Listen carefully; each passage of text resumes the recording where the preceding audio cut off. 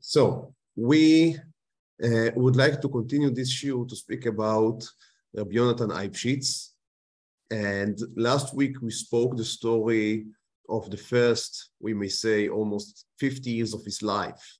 So just to have a quick recap of last week, Rabbi Yonatan Eibeschitz was born at around 1694. His father was Rabbi Neta, a famous rabbi who became the Rav of Eibeschitz when Rabbi Yonatan was very, very young, a child. His mother passed when he was an infant. His father passed away when he was in his teens. So both his parents passed away while he was still young. He was known throughout his city and later throughout all of Europe at a very early age, as a prodigy, as a genius, as a very sharp-minded and sometimes sharp-tongued as well. And a part of Torah, he was also very well versed in the new science. We spoke about all of that last week, and the philosophy of the new science, a very much a broad-minded person. He was married to a well-established rabbinical family, and between his family and hers, he became the relative of almost virtually everyone of the Polish. It should be Polish, obviously, the capital P here. Meaning for the Poland, rabbinical elite. He becomes the darshan, the sermon giver, the preacher of Prague at the young age of 19. So just imagine a guy, 19 years old, comes to the pulpit and begins to give Musa, because that's what he was used to do. So give Musa to the Balei Batim. We spoke about that again last week. And two psikot of his, two rulings of his, went directly against the positions of Chacham Tzvi, a very important rabbi that we had a shiur about a few weeks ago. And I remind us that we speak here about the psika of the poisoned milked mom. You remember the question of the mother that wants to get married before 24 months after the birth. And that because she does not nurse the baby because the doctors claim that she has a poisoned milk. The Chacham Tzvi allowed her to get married, and Rabbi Yonatan Eibeschitz said that the doctors cannot really know that the milk is poisoned. And as a matter of fact, if the milk was poisoned, it should also be harmful to the mother. So he thought that the woman should not get married. And the second case in point was the heartless chicken. That was the chicken that had no heart, no liver. And the Chacham Tzvi said this is impossibility. She wouldn't be able to be alive without a head. So obviously she has one, and the cat eaten it after the shchita.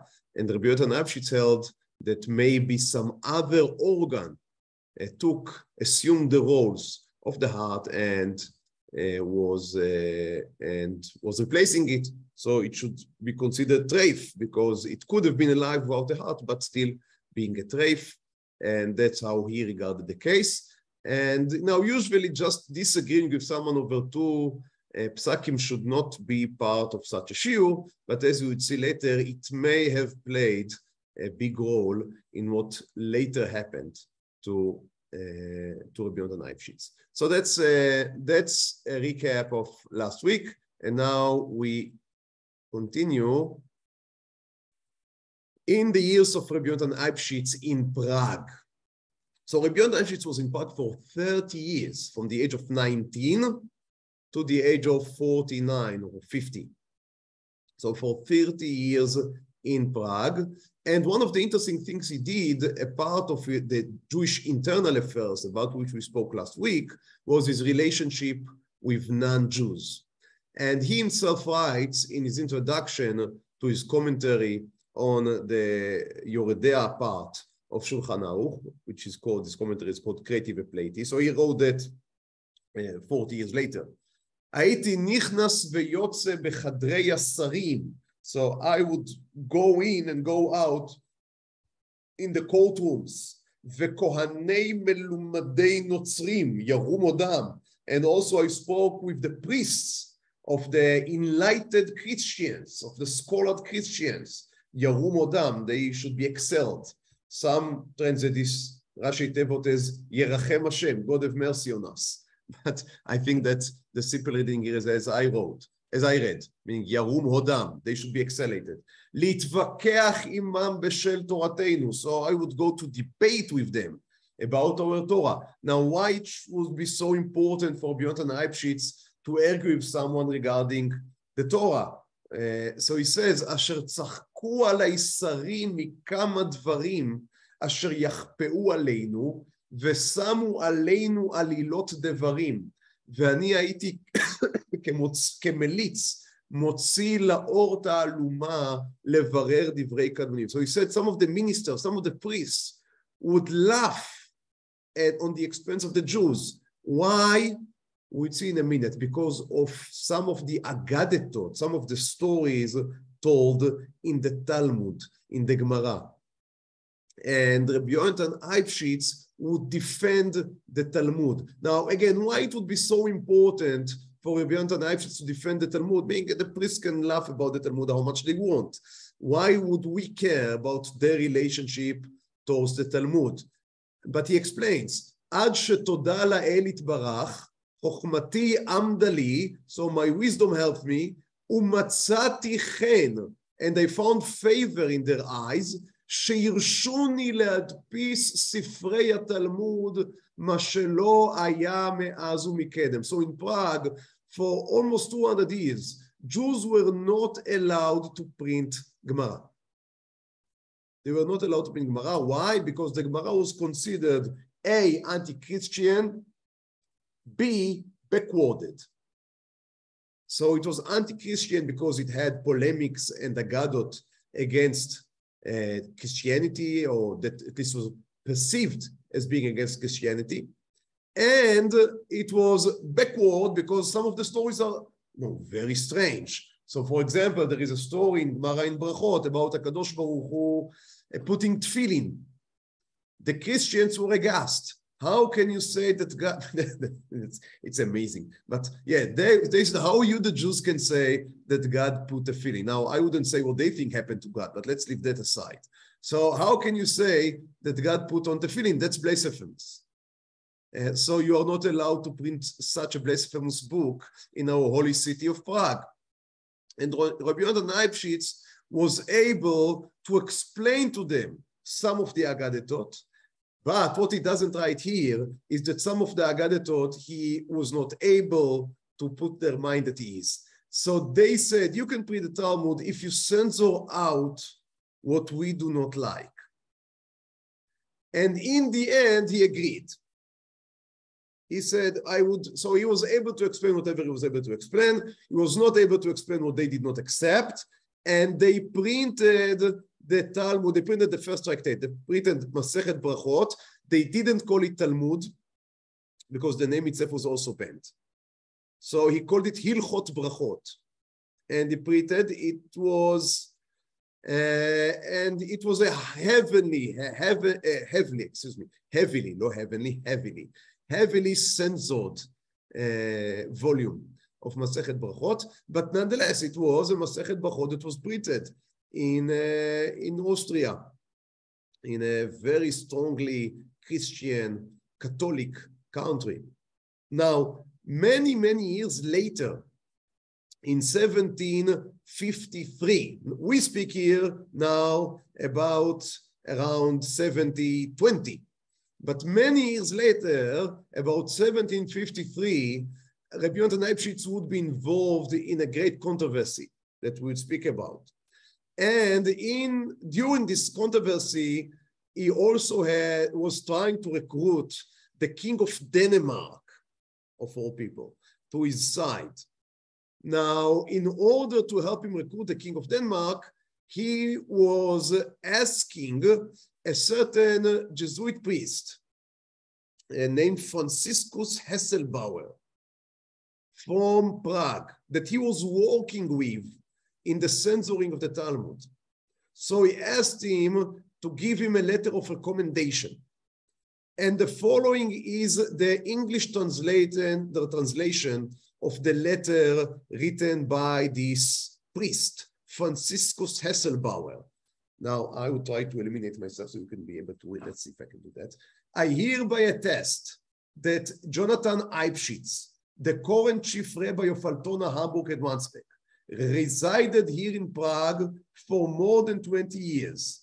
And he was always honest with us. What is with us? With the Christians. He was always honest with us.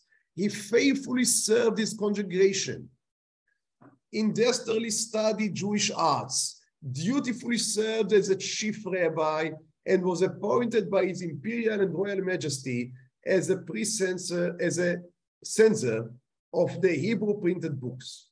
In this capacity, we professors, meaning he, the professor, the Christian professor, the other Christian professors, were in daily contact with him. And we can say about him nothing but fame-worthy and good things. When he moved to Metz, we'll speak about it in a minute, in 1742, all the people here, meaning all the Christians here, were displeased and wished he could have stayed in Prague. So that's very interesting about his relationship with the Christians in Prague. We can see that he was really making Kiddush Hashem with these people. Now, he didn't stay in Prague as we read just here, to the displeasure of the people of Prague, but he had a very good reason not to stay in Prague. And that is because of the War of Austrian Secession in 1740, to 1748. That is from Wikipedia. So don't, it's not me writing here encyclopedic entries. And you can read here, I would, in one sentence, some of the other Western empires were not happy with the Austrians putting a queen on the throne.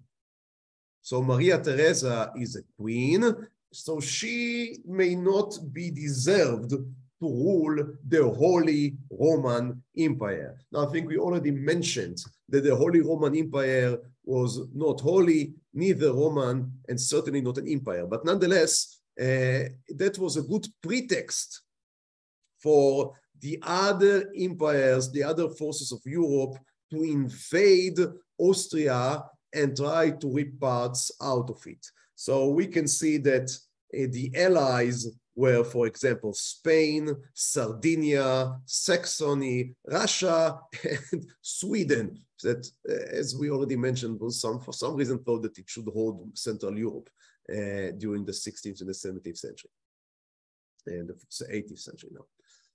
So that was a very great war. In it, Prague was switching hands. So it was obviously it began ruled by the Austrians, and then it was conquered by the French, and then it was conquered by the Hungarians, and then it was, etc., etc., etc. So these were very difficult time for the people of Prague.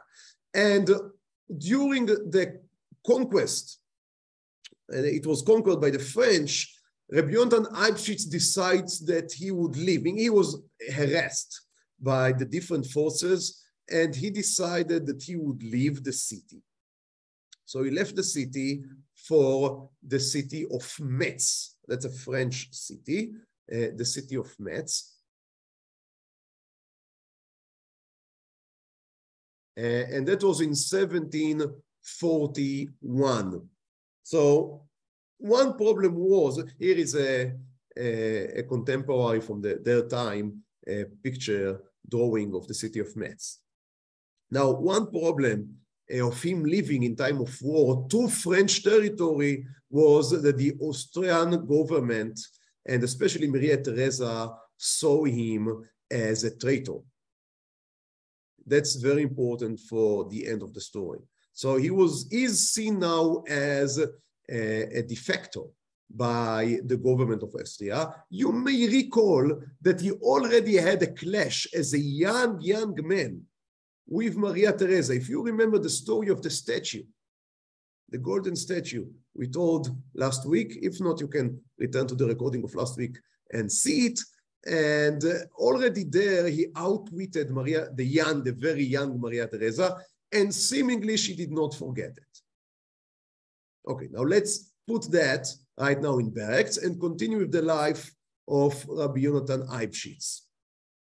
In Metz, he replaced Rabbi Yaakov Yoshua Falk, a great rabbi, much older than Rabbi Yonatan Eibeschitz. He's very well known by the book he authored named Pnei Yoshua. It is learned to this day in the yeshiva. To this day, I give it as part of my Mar Mekomot, as the sources to my yeshiva students. So that's a very famous and important rabbi that he was replacing. And that's very nice to replace such a big rabbi. Obviously, it means that you are also very well regarded, but this great rabbi wanted his son to replace him in Metz, and that he was somewhat frustrated by that not happening. And as you may begin to see the pattern that evolves, Rabbi Yonatan Eibeschitz is very much successful, and he has many friends and many important relatives, but he is accumulating enemies around the way. And that's something, that's something that you hung now on the wall, but you know that that's a gun that would fire in the third scene. So it's not going to pass quietly. Because, okay, that's our life. So I continue. He insisted on opening a yeshiva in Metz. He was extremely successful as Rosh Yeshiva. During his lifetime, he had thousands of students who later became rabbis in all of Europe. And almost all of them adored him as a rabbi, as a learned man, as a good-hearted person. And they would give him much of the strength he would need later in life. Now, in 1744-45, Empress Maria Theresa was able to reconquer Prague, and she expelled all the Jews, first from Prague and later from all of Bohemia. That was a great catastrophe. We speak about more than 15,000 people, more closely to 20,000, obviously without any means to support themselves. And that was extremely difficult. It was during winter time. She expelled them just before Tishrei, just before the holidays and the winter.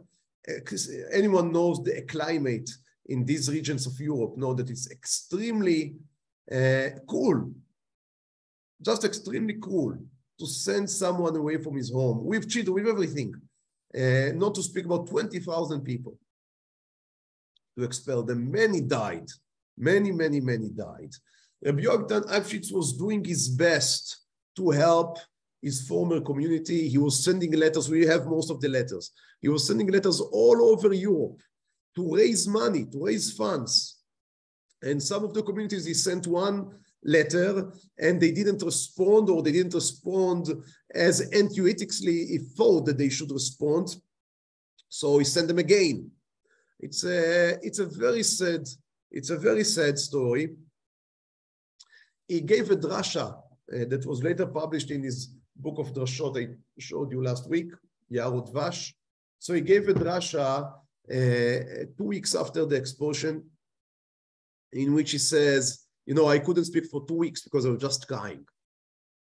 And then he is trying to, it's a beautiful drasha and it's very long. It has many different parts, complicated, but 2 things stands out. He says, one is that Prague was a beautiful city. They learned Torah, they had Gemilut Chasadim, they had Tzedakah. So what was the problem? He said, the problem was too much disputes, too much machloktim, too much hatred. And that is now what caused the destruction of the city. Second, he says, the second problem I can identify is that the Jews of our time do not stand up to resist and to rebuke and to protest when there is a violation, there is an avera of the will of God. And he says, these are the two problems that I identify. Now, what can I say? Little did he know that these two problems mean you should be very careful with what you wish for. Because asking people to protest and rebuke when they see something which they perceive as being against the Torah does not necessarily mean that there would be less hatred and dispute among the Jews. I hope that I am being understood. If you encourage people to protest and to rebuke, it is very difficult that it would not intensify disputes and hate. And these chickens would come back to roost. Let's continue. After about 10 years in Metz, he is able to continue to even a better position of the tribal communities of Hamburg, Altona, and Wandsbek that we spoke about already a few times ago. We first mentioned them when we spoke about the Chacham Tzvi. So these are the communities of Ahu, Aleph, Hey, Vav, Altona, Hamburg, Wandsbek. Hamburg and Altona were cities in Germany, and Wandsbek was a city in Denmark. Nowadays, Altona and Wandsbek are both quarters of the big German city of Hamburg. Also, things changed. But back then, it was three different separate cities and communities, even separate states, that united in order to choose one rabbi and save, as we already spoke about, save resources. So they asked the Rabbi Yonatan Eibeschitz to come and be the rabbi of the tribal states, these tribal communities. The problem was that the Chacham Tzvi's son, Rabbi Yaakov Emdin, resided in Altona. And he felt that he should sit on his father's throne, and he should become the rabbi of the three communities.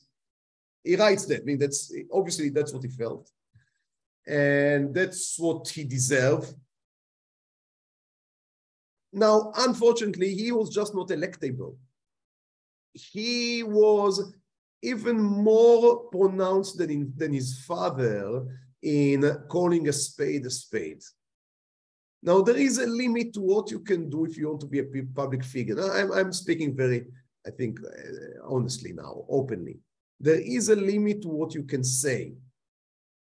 You must, if you want to be a public rabbi, you need to go to where the public are and lead them forward. You cannot be 500 kilometers forward and shout to them why they are not with you.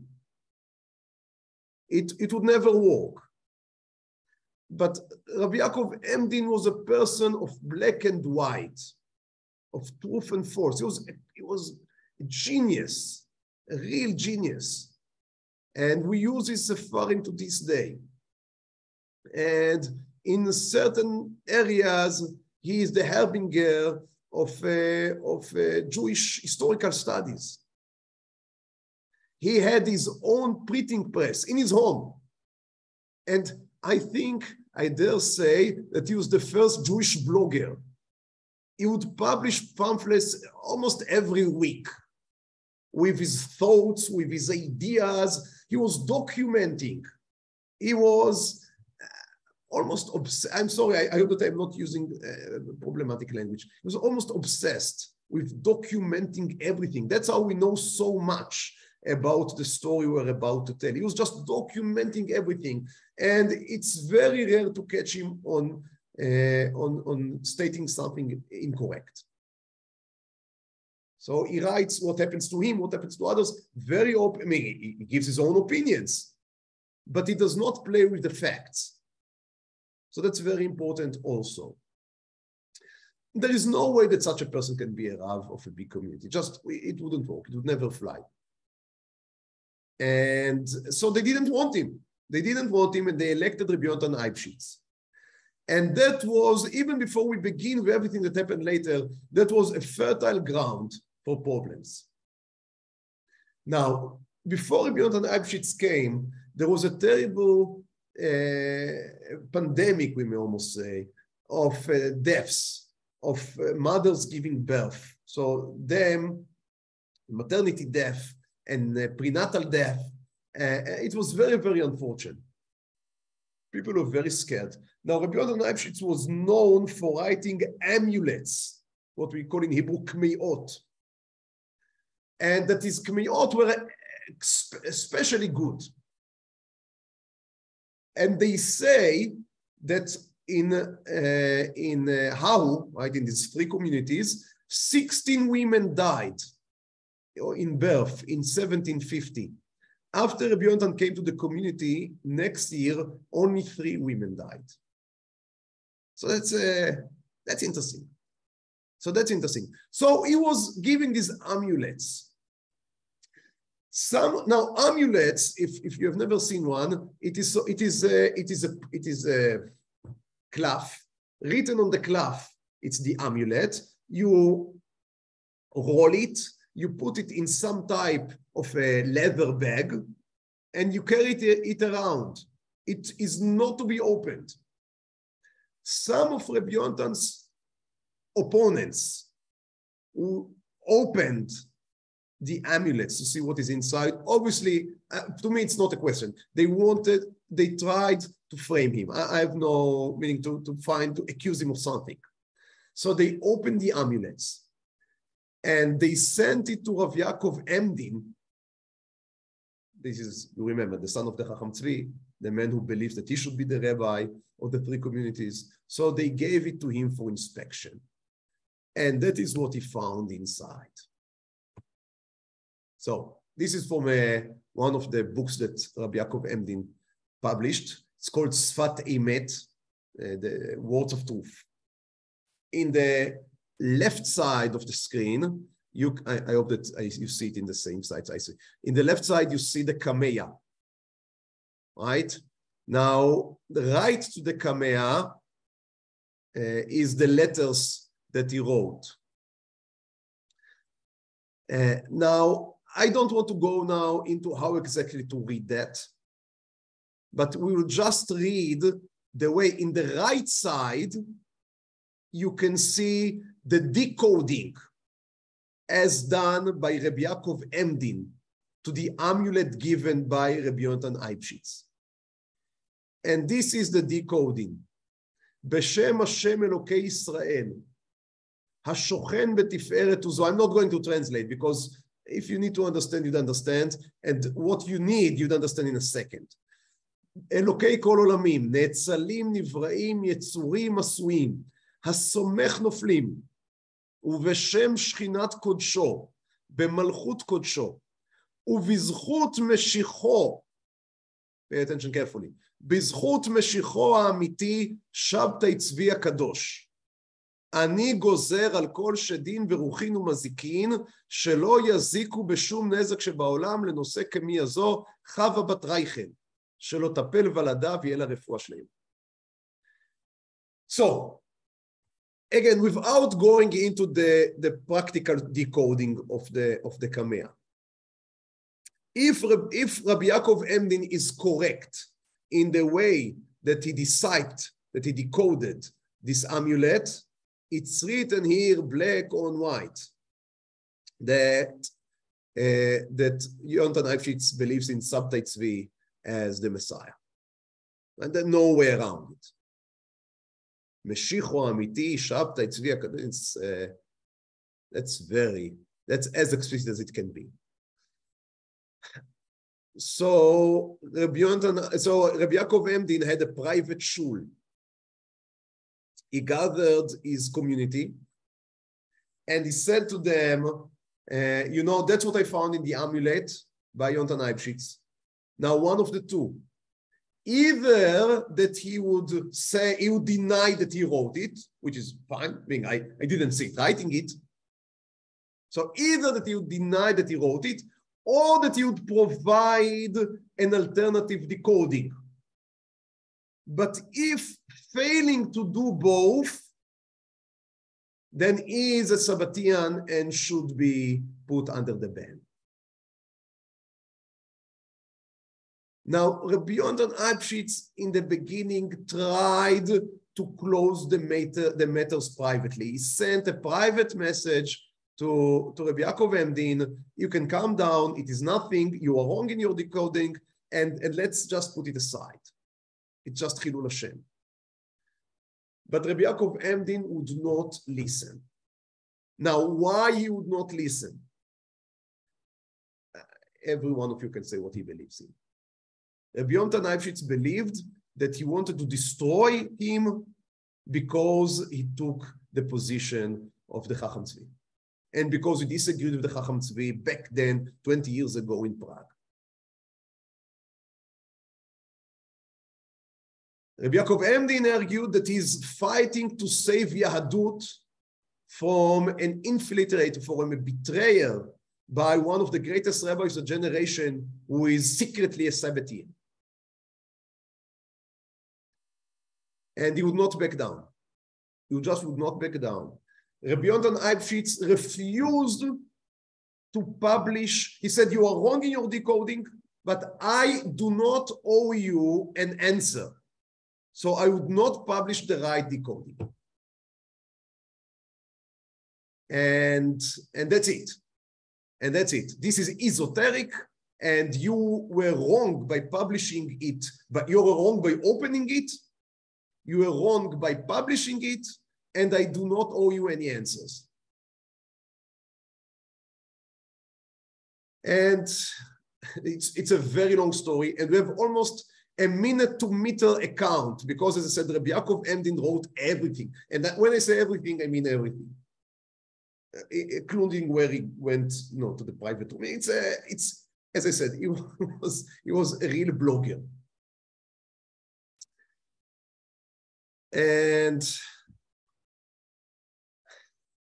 Rabbi Yaakov Emdin put Rabbi Yonatan Eibeschitz under the ban. But then Rabbi Yonatan Eibeschitz put Rabbi Yaakov Emdin under the ban, and Rabbi Yonatan Eibeschitz was the chief rabbi of the three communities.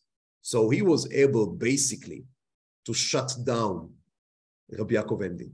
And when I say shut down, it's shutting him down completely.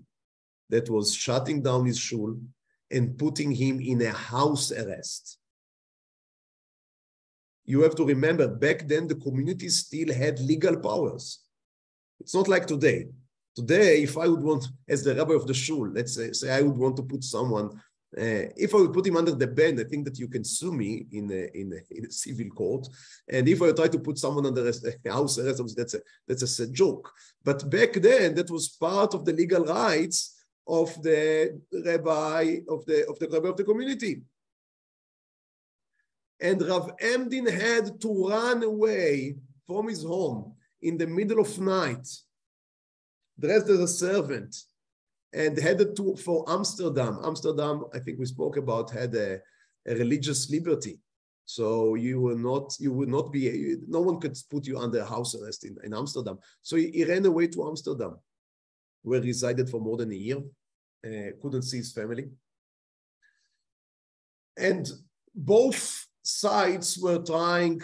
By the way, the house that you see in the picture, that's the house of Rabbi Yaakov Emdin.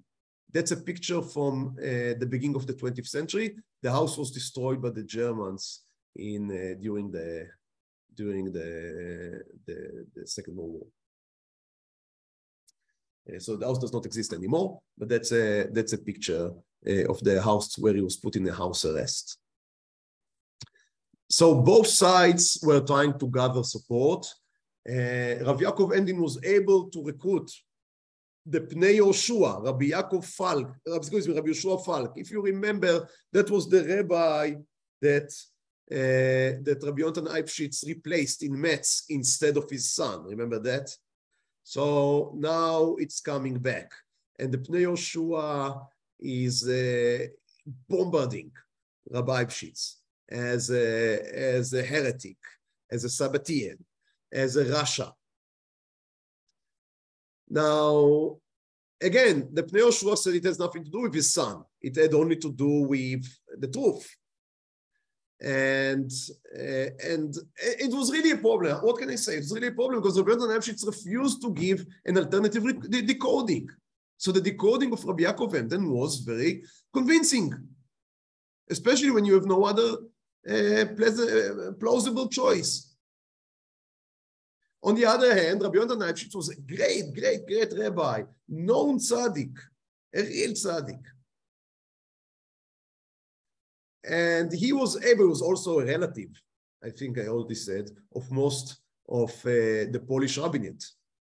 So he was able to recruit all of so it became a Poland against Germany dispute.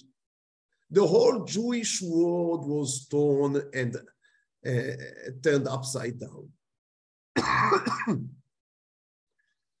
A young rabbi named Rabbi Yechezkel Landau, about whom I hope to speak in Mirza Hashem, either next week or the week after, would become known as the Noda Beyehuda, arguably the greatest rabbi of the 18th century. And he was still very young, and he was in a small city named Impel. And he suggested a compromise between the two sides. He was younger than both of them, but he was trying to suggest a compromise. And the compromise was that Rabbi Yaakov Emden would recall all of the amulets and stop writing amulets. In return, Rabbi Yaakov Emden would stop writing about Rabbi Yonatan Eibeschitz, and both sides would cease fire. Now, it seems to me as a very sensible approach, especially as Rabbi Yonatan Eibeschitz declined to give, again, alternative explanations to his strange amulets, which seem to name Shabtai Tzvi. And but Rabbi Yaakov Emden turned the suggestion immediately down.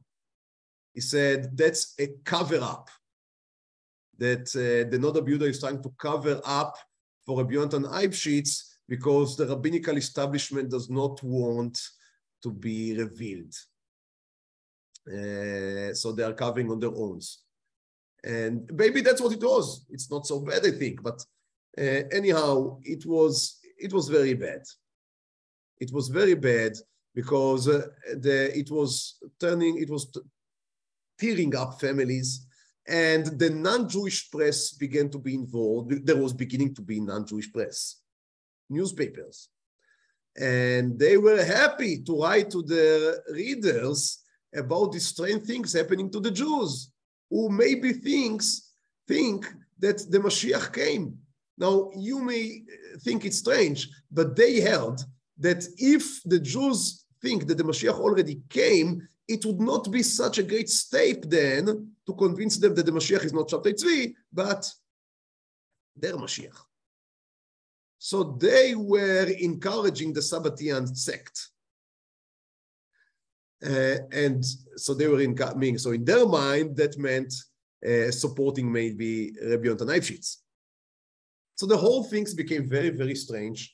At a certain point, the king of Denmark, who was the king of Franzburg, that is 1/3 of the three communists, also become involved. And then the letter that we saw earlier was sent. He supported Rabbi Yonatan Eibeschitz.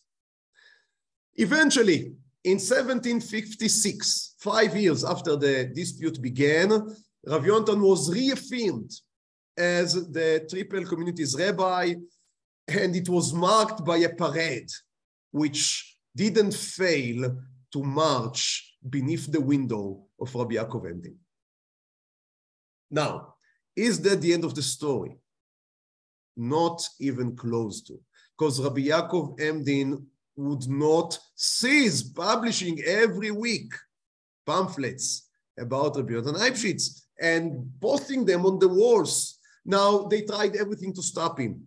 Even they had a search warranty from the king. They went into the printing press of Rabbi Yaakov Emden and they took some of his papers, and he was extremely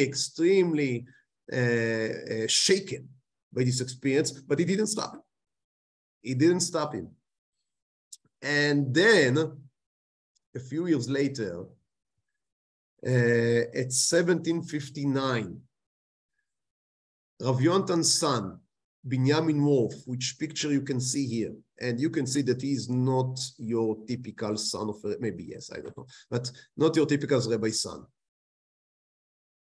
So his name was Binyamin Wolf, and his nickname was the Baron. Now, he was not a real Baron, he tried to be, but he was denied the title by the authorities. But nonetheless, I think that it's clear he had some mental illness. To me, it is clear. But he was going around saying that he is a Baron and acting in very strange ways, and hedonistic ways. I mean, I don't even if people want, they can just Google his name. We're speaking about Rabbi. So, but his son, and it's part of the story here, because he became a declared Sabbatian himself. Now that, as you can imagine, the whole controversy went up again. Because how can you, Rabbi Yonatan Eibeschitz, deny being a Sabbatian? Now even your son admits. And this son was eating on Tisha B'Av. It was a whole, it was a disaster. It was just a disaster. And now Rabbi Yonatan Eibeschitz, now he was the one that wanted to withdraw. He understood that he won't be able to rule the triple communities. So he said, I would like now to go back to Prague. But he was not able to. Why? You remember that Prague is ruled by the Empress Maria Theresa. And Maria Theresa hates Rabbi Yonatan Eibeschitz. Why? Maybe because of the big golden statue. Why? Maybe because he left for Metz when Prague was conquered by the French, and she believed that he was a French collaborator. Also, we know now, it was not known in the day, but we know in the last 20 or 30 years, that Rabbi Yechezkel Landau, you remember the Noda B'Yehuda, who was suggesting a compromise that was not accepted. So he became the Rabbi of Prague. And he wrote a secret letter, a private letter to Maria Theresa, in which he said, you know, Rabbi Yonatan Eibeschitz, he has problems, and we do not want him in Prague. We do not want him in Prague. And in the file, I mean, these are Germans, everything is filed. So we have now, it is unbelievable that that says 250 years, almost 300 years later, we have the file of Rabbi Yonatan Eibeschitz asking for permission to return to Prague, and we have the denial by the Austrian authorities, and only there is a note, and the note says, denied because Yechezkel Landau, Rabbi of Prague, asked that he would not be permitted an entrance. And that was not known, as I said, in the last 30s. Now, again, why did Rabbi Yechezkel Landau ask for it? We do not know. We just do not know, because all parties involved are long gone. We can only surmise that the Noda B'Yehuda also believed that there was some Sabbatianism in the Kamiot, and the refusal of Rabbi Yonatan Eibeschitz to retract them, to recall them, to take them back. The Noda B'Yehuda didn't want to make a great fuss out of it because of the Chilul Hashem that anyhow happened, but he didn't also wanted Rabbi Yonatan Eibeschitz in his own home city. So he asked that he would be denied entry, and we cannot know in the end why did the Austrians refuse him entry, because of the request by the chief rabbi, because of Maria Teresa, because Hashadot, I was suspected as a French spy. How can we know? How can we know? But the final sad outcome is that Rabbi Yonatan Eibeschitz died away from his beloved community of Prague in Altona. And that was in 21 of Elul, 1764. Here you can see the Matseva of Rabbi Yonatan Eibeschitz. Now, what is amazing is that Rabbi Yaakov Emden continued to write even after the death of Rabbi Yonatan Eibeschitz. I mean, it was, as I said, it was almost an obsession. He continued to write against him until his death. He wrote many other things, and also against other people. But until his death in 1776. And then the Nod Rabbi Yehuda said, bury him next to Rabbi Yonatan Eibeschitz. And to this day, if you'd go to the cemetery in Altona, they are buried in the same row, a few meters from one another, which is, I think, an amazing story.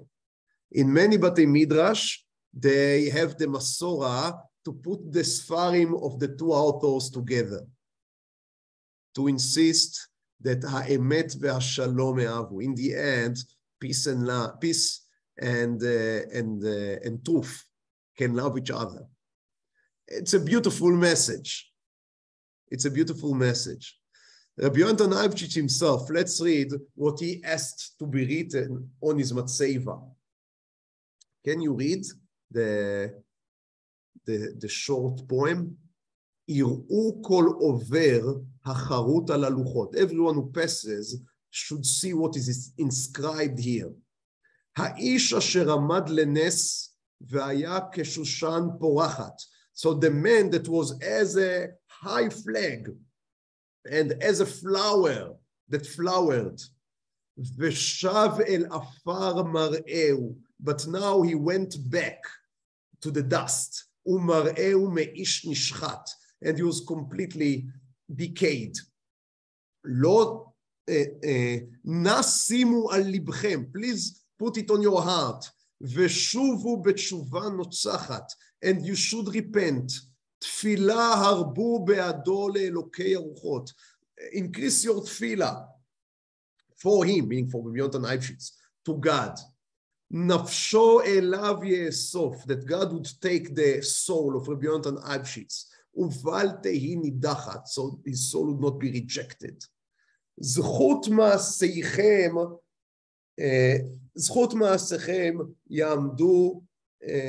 יענו כנפשות ישראל אחת, לימדו מוסר, לשנוא כבוד, ומגדולה תהיה נפשכם. It says, learn musar, learn the moral of my story. Hate honor and run away from greatness. Wow, that's what he asked to be inscribed on in Matseva. What is the moral, he says, of my life?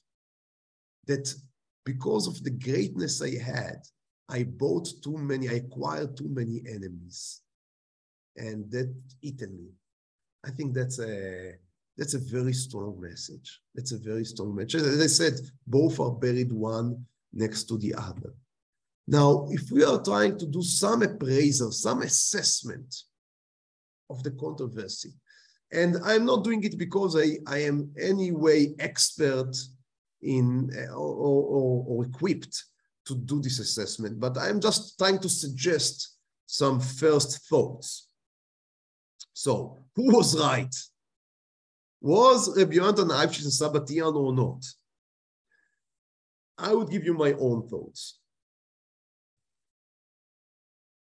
It depends how do you define Sabbatian. I accept, who am I? But from what I saw, I think that Rabbi Yaakov Emden was right in his decoding of the amulets, and Rabbi Yonatan Eibeschitz never gave an alternative decoding. But mentioning Shabtai Tzvi does not mean that you are a Sabbatian. I think that's what is important to understand. What is the real controversy here around? The real dispute is the question, when there is a trend that overall is negative, can you sometimes extract good seeds out of it? That was the real question. I would theorize, okay? I would speculate now. Let's imagine that the position of Rabbi Yonatan Eibeschitz was something like that. Shabtai Tzvi in his core was a good person, and he had the ability to become the Mashiach. But because he failed, and he fell prey to his own evil inclinations, and then he got Islamized and everything that happened later. So he failed, and it blew, and we lost it. But there are still good things that can be extracted. Same question about science. To us, it seems completely separate words, but not for Yonatan Eibeschitz. Is science completely wrong? Is philosophy completely of evil? Or can we maybe take good things out of it? It's the same. In its fundamentals, it's the same question. Does that made him into a maskil, that he used the philosophy of science? He would say no. And in the same way, using Sabbatian teachings, but that are correct, does not make me into a heretic Sabbatian. But he didn't want to make such an argument public for obvious reasons. So he refused on principle to answer Rabbi Yaakov Emden. I think in the end, that was the question. Rabbi Yaakov Emden was a person of black and white. And if Sabbatianism is wrong, that's the end of the story. Everything that smells of Sabbatianism should be completely banned. And Rabbi Yonatan Eibeschitz, I think, saw the world in a more complicated light. With lights and shadows and shades, and he was trying to take what is good and to leave out the bad. And that's a dangerous task. Maybe his son paid the price for it, I don't know. So who was right? I don't think there is a right and wrong in these type of questions. Every one of us can ask himself who in the end is feeling more close to. Let's leave it on that. The influence of the controversy was devastating. The only right thing, the only good thing we can say, positive thing we can say that went out of it was that Sabbatianism was clearly shoved out of the camp. Completely. Because the relentless figure of Rabbi Yaakov Emden was like a whip, and no one could escape it. And even Rabbi Yonatan Eibeschitz didn't say that Sabbatianism is good. He said that I am not a Sabbatian, right? So everyone agreed that being a Sabbatian is extremely bad and negative. And in that way, it made easier later to reject such cults as of Yaakov Frank and others that were trying to continue Sabbatianism. However, much more critical, at least in my eyes, was the outcome, the aftermath of this controversy regarding the Jewish rabbinical authority. And you can only imagine the destruction of such said authority as a result of rabbis calling each other a heretic, one accusing each other of only trying to have positions and money, and they were accusing each other of lying.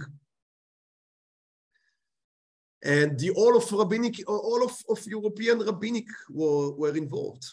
So there was almost no Rav that was not under a ban, either by this camp or the other, for 10 years. And that is a disaster. That is a disaster, because there were other big controversies. For example, we'd speak Be'ezrat Hashem, I hope, about the Baal Shem Tov and the Gra, the Hasidim and the Mitnagdim. That was a very bitter dispute, but at least it was centered around ideology. Here it was almost completely personal.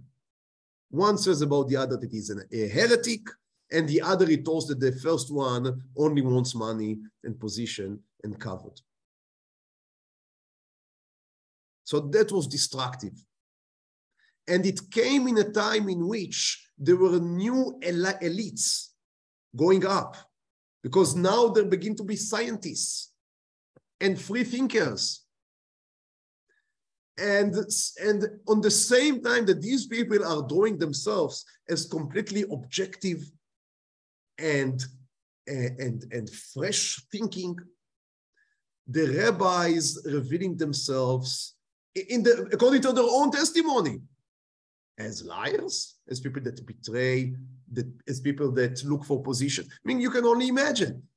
So when two big rabbis, great rabbis, calling each other a liar, so let's say that 10% would believe Rabbi A, 10% would believe Rabbi B, and the rest would believe both. And that you can never say, if that would not have happened, there would be no secularization of European Jewry. And that's a joke. Obviously, that's a joke. But this is one, if we need to point out on 5 events, distinct events, that were eating the foundations of tradition and traditional authority in Europe, no question that is in the list of the 5 events. No question. Maybe even in the list of 3 events. People find it much, much harder to believe rabbis after this dispute. And that's something that we all have to remember, which is we have to ask ourselves, when we go to this type of holy wars, what would be the price to pay? What would be the price to pay?